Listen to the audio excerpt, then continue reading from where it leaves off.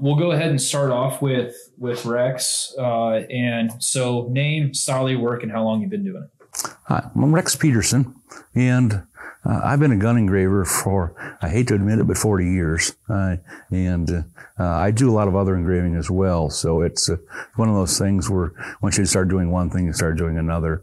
Another thing I do is the NASCAR trophy each year. So that's kind of totally different than the gun engraving. But I do some jewelry engraving, some pendants and things like that. Because of my business, I've been involved with gun engraving the most, and a lot of restorations and things like that. So my styles are varied. I've gotten to be known for my English scroll, so that's pretty much what I do most of the time. That's what I like to do, but I do anything that the customer requires, and so that's been fun. Excellent. Jake? My name is Jake Newell. I think I've been engraving professionally for about 10 years. I try to pride myself in doing all different types of engraving. So I've tried to learn a lot of different types and styles. I engrave mostly watches, knives, jewelry, pendants, things like that. And also the Bellino style of engraving, enjoy that as well. So. Jeremiah Watt. I started life as a saddle maker and began doing engraving and bit and spur making when I was sleeping on the floor at the shop where I apprenticed. I'm in my 40th year now since I started. I don't do any pocket knives and watches and guns. I build all cowboy stuff from one end to the other. We have a bit and spur company that we make wholesale product, and I have a hardware manufacturing company that we build all the hardware that you would use in saddle shops and leather products. And we started a tool company to manufacture tools that no industry in America has been making since roughly 1930 or so. So I stay fairly busy at everything except custom orders. I don't take any custom orders for anything except saddles anymore. So that's great. Lane? My name is Lane Zolke. I am predominantly a firearms engraver today. I started out in the jewelry industry about 30 years ago, and that was during the heyday of the monogram jewelry era, where I got to see some old Cuban guys cutting monograms with the early Gravermeister units, and I kind of fell in love with it back then. Somewhere along the way I saw an engraved firearm and fell in love with it all over again, and knew that that was the direction I was going to go. I mostly engrave in what would be considered American scroll. I've kind of put my own twist on things over the years and tried to create a signature look to my work. I think I've done okay with that. That's always a goal for a budding engraver, to create something that's unique to them, and so I do my best at that. I engrave a little bit of everything. Like I say, predominantly firearms today, but I also engrave jewelry, knives, watches. I do some factory work for some of the firearms companies. Excellent. What would you say are some of your biggest influences, or who are your biggest influences? I could say one of the biggest influences I had was GRS Training Center. I started out in a time when classes maybe didn't fill all the time, and with GRS donating a bunch of equipment to Emporia State to start that engraving program, I was there at the right place, right time when it was really getting kick-started. Had an opportunity to take 2 engraving classes there at Emporia State, and then had the opportunity to slip into some GRS training classes here. So I've probably taken like 12 GRS classes, and now being able to teach for GRS, it's a little different, and being able to extend that to other students now and help them develop. So definitely GRS Training Center has been a big influence for me. So that's a real valid point, I think, that Jake mentions, that young people have the advantage today of classes. When I started, there was no electricity, which Jake wouldn't understand, but there was no electricity and no classes anywhere. You were totally self-taught. Yeah. So in the beginning, building bits and spurs, you're always looking for old pieces that you can pick up, handle, and look at and see what that person done. Exactly. I envy the young people starting today. I really do. I don't know what sleeping on the floor is like either. I remember with me starting, there was no internet, and No. you know, and mine. I happened to be like Jake in a way, as I stumbled into the Firearms Engravers Guild as they were founded, and was able to connect with all the engravers from them, even though I didn't know anything. I got to be good friends with all those. So, my influence is many of the American gun engravers. Some of them are since dead, but at the time that was my internet. But still, it wasn't as easy, and the training centers weren't existing, and I was learning things that way. And I have to laugh because I was always the young kid in the Engravers Guild. Now I'm one of the old men, But in that same token, it helped a lot because I was able to share information with them. But it's just not the same. I mean, now with the training centers and things, it's just really awesome because I have people that I have, inspired, not necessarily taught. I've taught them how to engrave, but they were talented people and inspired them in the course of just a couple of years to become knockout engravers. And, where it took me that long to, cut decent lines, so the learning curve was just dramatic. And our access to mentors has totally changed with the whole advent of the internet. Yes. When I was starting out, I wanted to go visit a certain spur maker in Wyoming. It required that you get in your truck and drive down there. Yep, no doubt. Today, you can watch what he's doing day by day almost on the internet. Right. No, it's true. I mean, when we came up, there just weren't the opportunities for education Right. that we have now. Right. I started at 25 with a formal apprenticeship, and those don't exist much these days.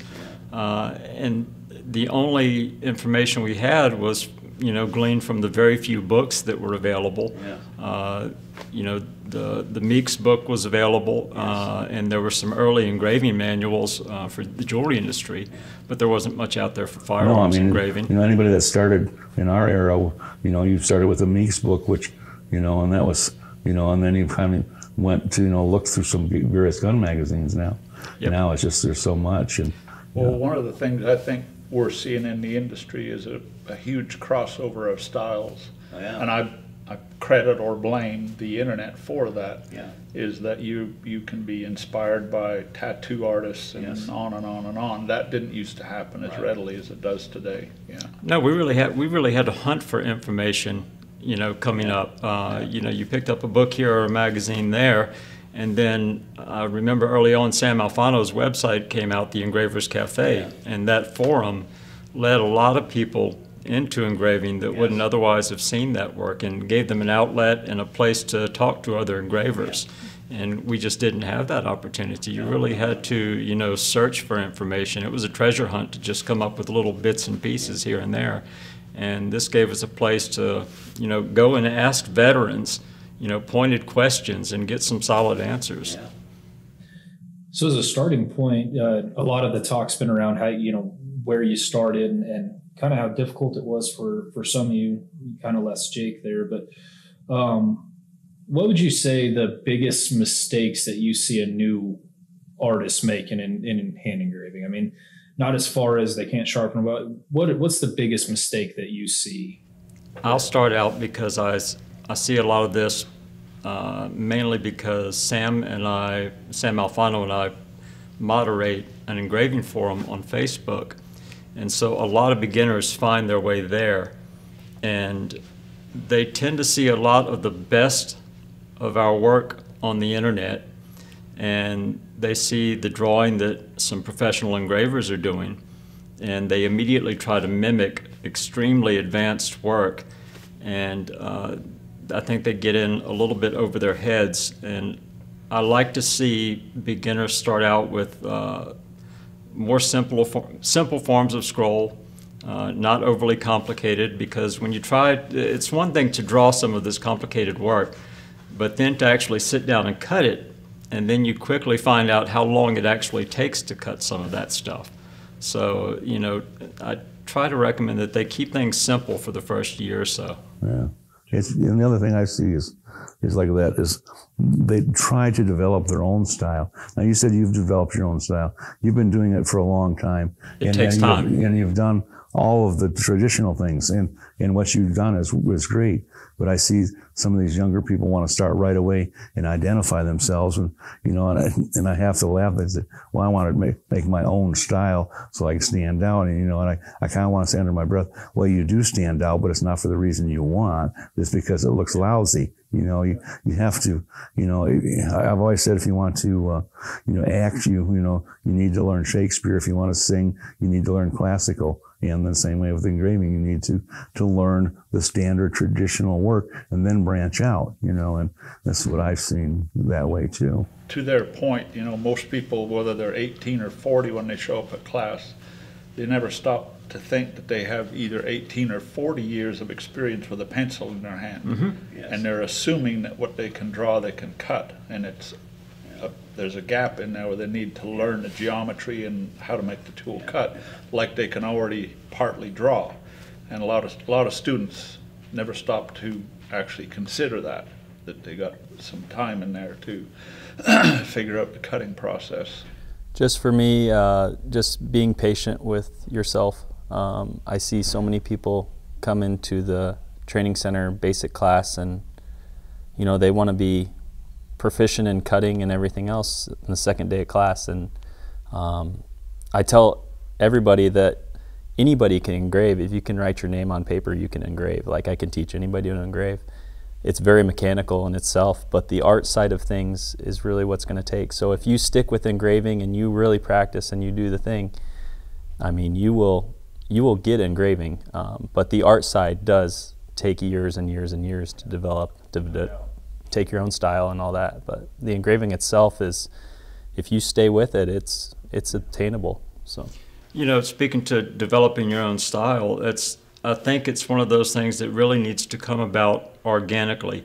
It's not something you can force. No. I try to tell people to emulate, other folks that you see, emulate their work, practice drawing in different styles.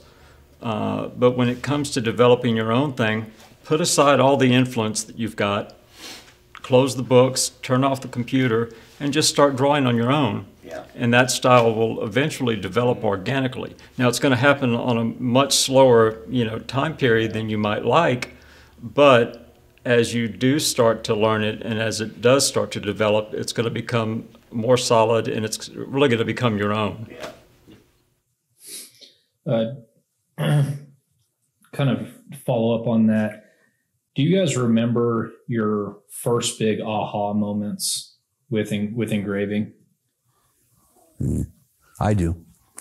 As far as, I don't know about as far as engraving, but learning. And I tell this story a lot. It's back to the Engravers Guild and learning to get to know these people. And it was one of my mentors and one of the people I admired the most back in those days. And back in those days, we didn't have big training sessions or anything, seminars. We got together after the show. And there was probably 35 of us, total. And then we'd get together at the local watering hole. And the best tip I ever got was on the back of a cocktail napkin. And basically, what they had told me was, we were talking about scrolls and making them right. And, it just wasn't getting with me in the very beginning stage. And he took a napkin and drew a scroll on the napkin. He says, now take a look at that. He says, what you need to think about is, imagine standing at the top of a spiral staircase looking down. And that was that aha moment, because it's like suddenly, I see the whole perspective and how it goes. And it's like, that's stuck with me for 40 years. And I tell everybody that. And I mean, it's a rule that can be broken somewhat, but on the same token, it's kind of like the stepping stone, the building block of the scrolls. Do you still have the napkin? I don't, because he used it for his drink. I bought him the drink. That's good. Yeah. I think I have them daily. As you start to teach, especially here at the training center, you start to, as you're sitting there engraving, your mind kind of wanders off, and the things that I think about are how I can explain in the most simple terms how this works to someone, whether it be drawing scrolls or engraving. And I don't remember one specific aha moment, but I realize, like, I have aha moments every day, almost, just starting to think about what I'm doing, why I'm doing it, and yeah, just trying to get better every day too. So I think I would have to agree a lot with what Jake just said.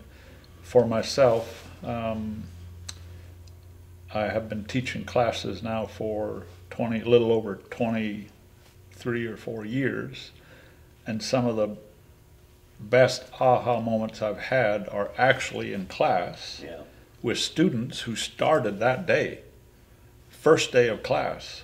Here I'd stand there with, at that point, 20 years of experience and say, we're going to do this, and somebody who has never touched it before is just looking at it, and logic in his mind and logic in my mind, but his logic is a different answer than mine, and he says, why wouldn't you just turn it like this, Mr. Watt? And I'm thinking, why didn't I think of that? So there is a lot of learning from the students. There is. Oh, for it sure. Genuinely is. I mean, we're there to teach, obviously, and get them all started and going, but it's amazing the quality of feedback you get back from a class of 12 people who are all smart and capable. I think the biggest moment for me came when I realized that as an engraver, cutting metal is the easiest part of what we do. I'd been engraving for nearly 10 years, and I wasn't getting much better and couldn't quite figure out why. And I don't know who it was that pointed out that I didn't spend much time with a sketchbook in hand. And that's when it clicked that as an engraver, all I am is an artist who's, drawing on metal. And I spent so much time with the technical aspects of cutting metal, and I didn't pay enough attention to the artistic side of it. And so at some point, I put aside the graver for nearly a year and picked up a sketchbook and picked up some reference books wherever I could find them and started drawing. And when I came back to it, I was a much better engraver for it. So I always tell students that you're an artist first, and the graver is just your tool to, to get your ideas onto a steel canvas. Yeah, I say it's like on the gun, it's just another canvas. That's all it is. What was it that took you out of your studios, brings you to the middle of Kansas to share the knowledge that you have? For me, it simply is, in the beginning we talked about how did you get started and all that. If you have grown up wanting to do something and there is no access to anybody who would, close enough, who would share with you what they do and how they do it.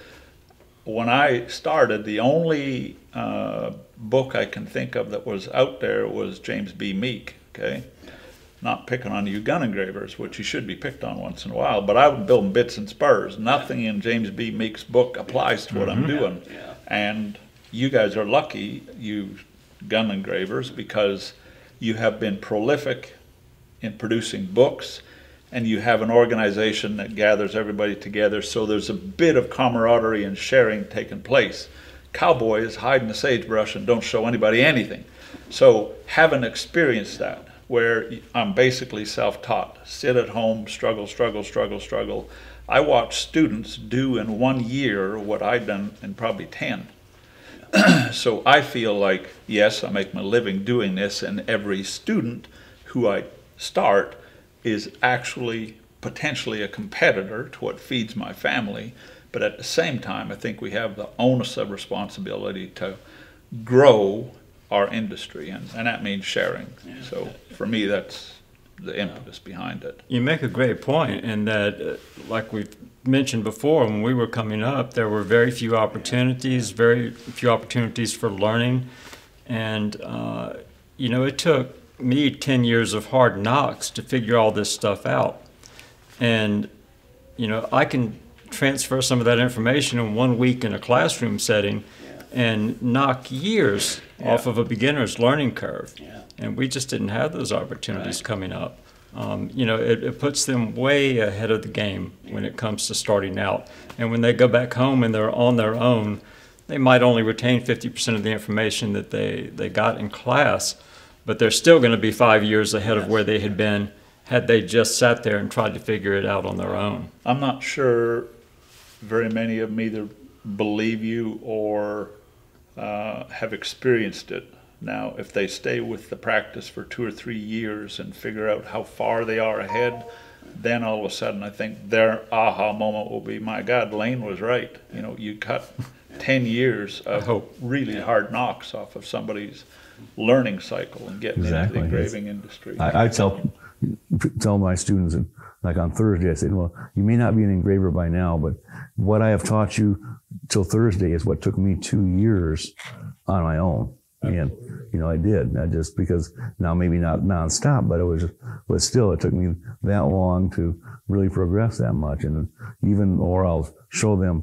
in my particular beginning gun engraving class, I show them the picture of the gun. And they're greenhorns, they don't know anything.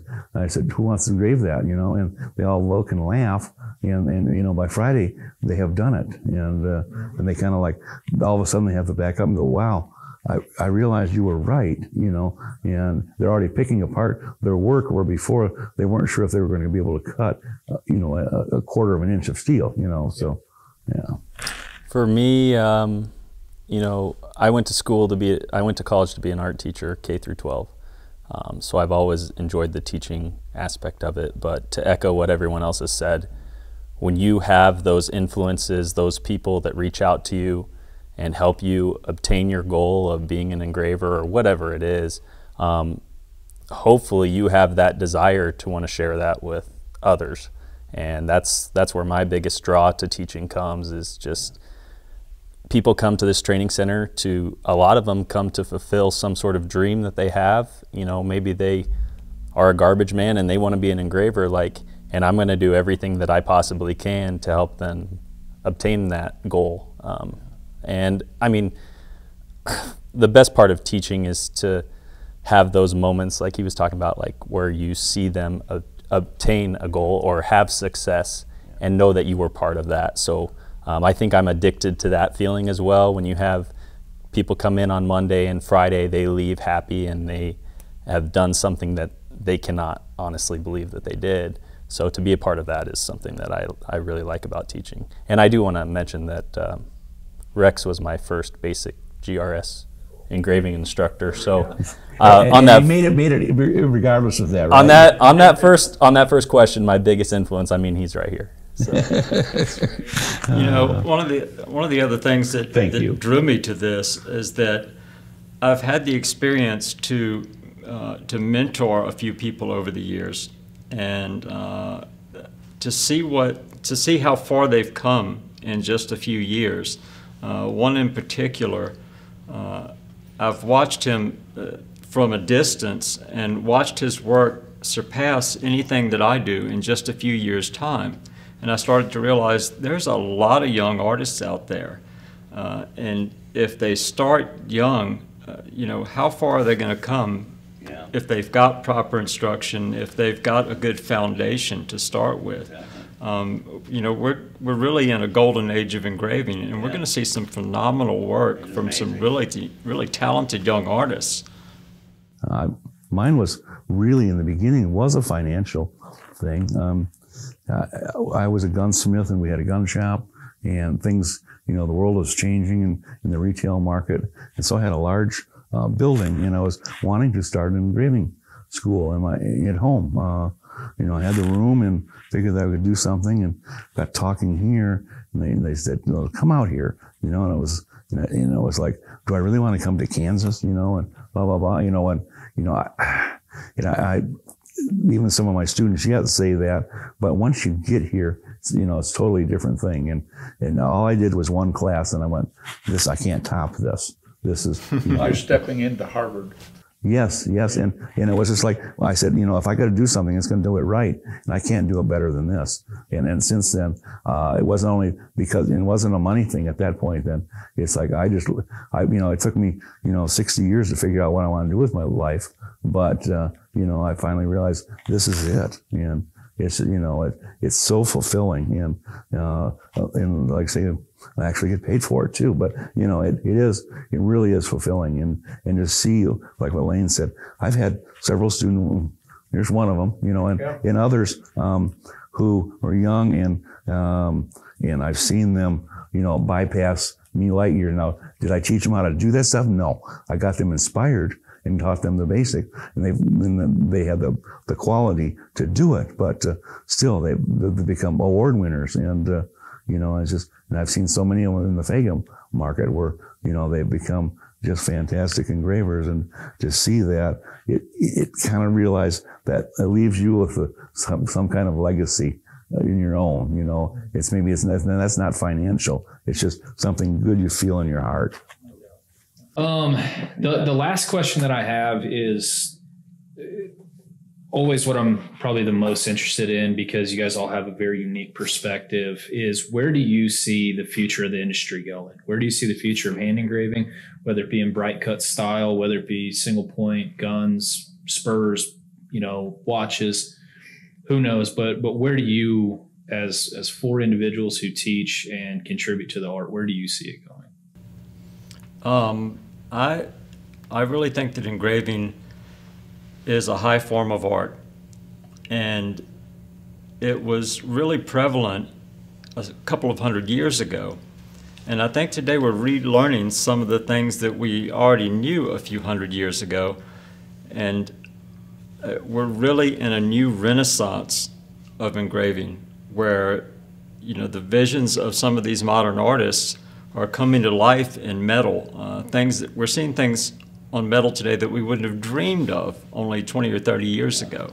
We're applying new techniques, new tools and technology to the art form, and it's bringing to life some creations that we just couldn't have dreamed of doing only a few decades ago.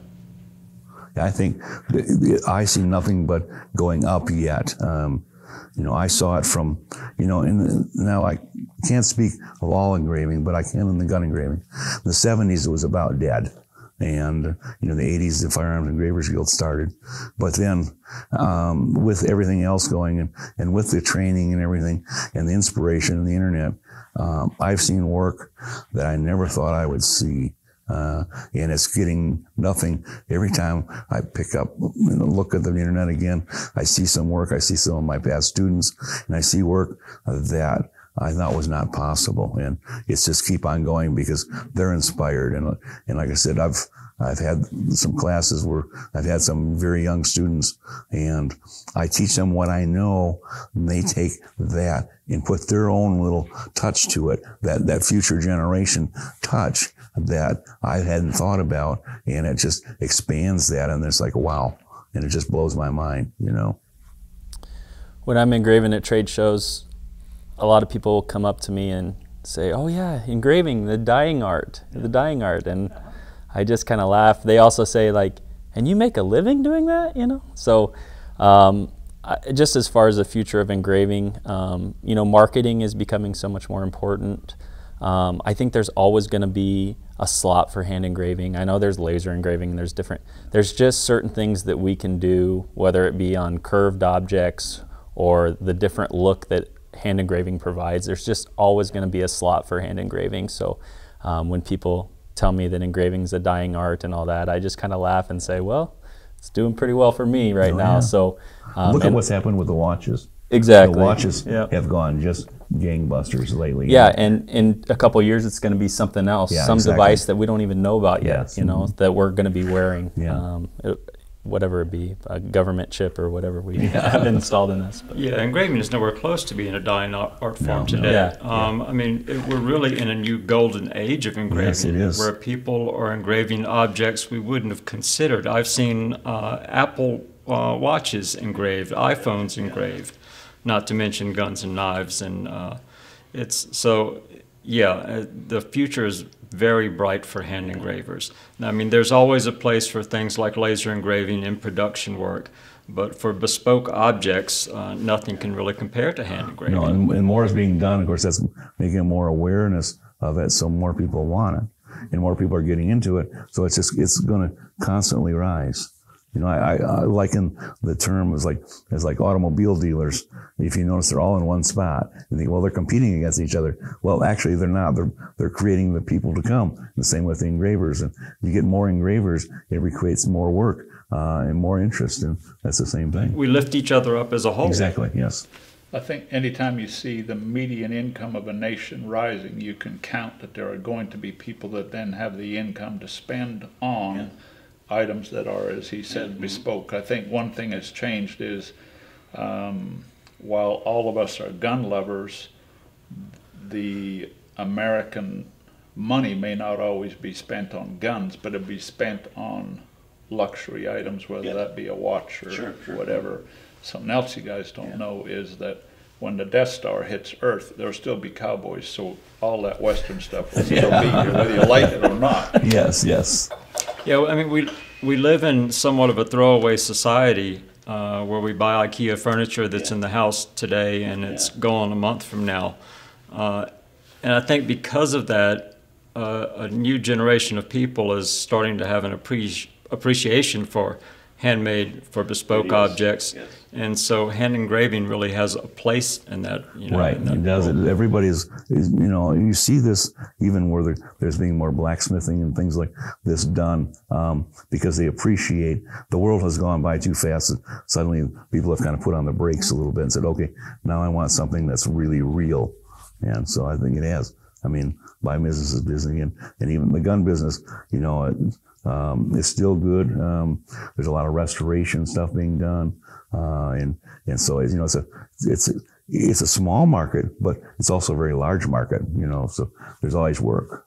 In a subliminal way, though, engraving it's insidious in our culture. I mean, we're seeing it on tennis shoes, we're seeing it on T-shirts, we're seeing it on ties. And the scroll work thing years ago wasn't there. No. You either found a gun and picked it up and looked at it, or you didn't see any scroll-style engraving. Yes. Today it is seeping into kind of everything that we touch. Exactly. The future's bright, and I mean, the art form is in good hands. So.